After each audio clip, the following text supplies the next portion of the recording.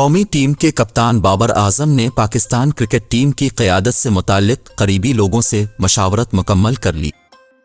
कौमी cricket team के कप्तान Babar Azam chairman PCB management committee Zaka Ashraf से मुलाकात के लिए पीसीबी हेड क्वार्टर पहुंच गए। बाबर आजम चेयरमैन पीसीबी को वर्ल्ड कप में कौमी टीम की कारकर्दगी और अपनी कप्तानी के हवाले से आगाह करेंगे। ज़राए का बताना है कि बाबर आजम ने ज़का अशरफ से मुलाकात से कबल अपने करीबी लोगों से टीम की कप्तानी से मुताल्लिक़ मशावरत भी की। ज़राए का कहना है कि बाबर आजम एक फॉर्मेट के लिए पाकिस्तान क्रिकेट टीम के कप्तान बरकरार रहने के हक़ में नहीं हैं। बाबर आजम को सिर्फ एक फॉर्मेट रीड बॉल की कप्तानी का कहा गया तो वो कप्तानी से ही दस्तबरदार हो जाएंगे। ज़राए का बताना है कि बाबर आजम ने व्हाट्सएप मैसेजेस लीक होने के मामले पर भी अपने करीबी लोगों से कानूनी मशावरत की।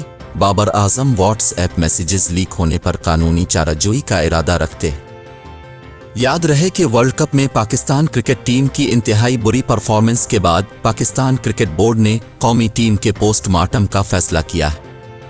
पाकिस्तान क्रिकेट टीम के चीफ सेलेक्टर इंज़मामुल हक ने वर्ल्ड कप के दौरान ही अपने ओहदे से इस्तीफ़ा दे दिया था, जबकि बॉलिंग कोच मोर्नी मोरकल भी चंद रोज़ कबल ओहदे से इस्तीफ़ा दे चुके हैं।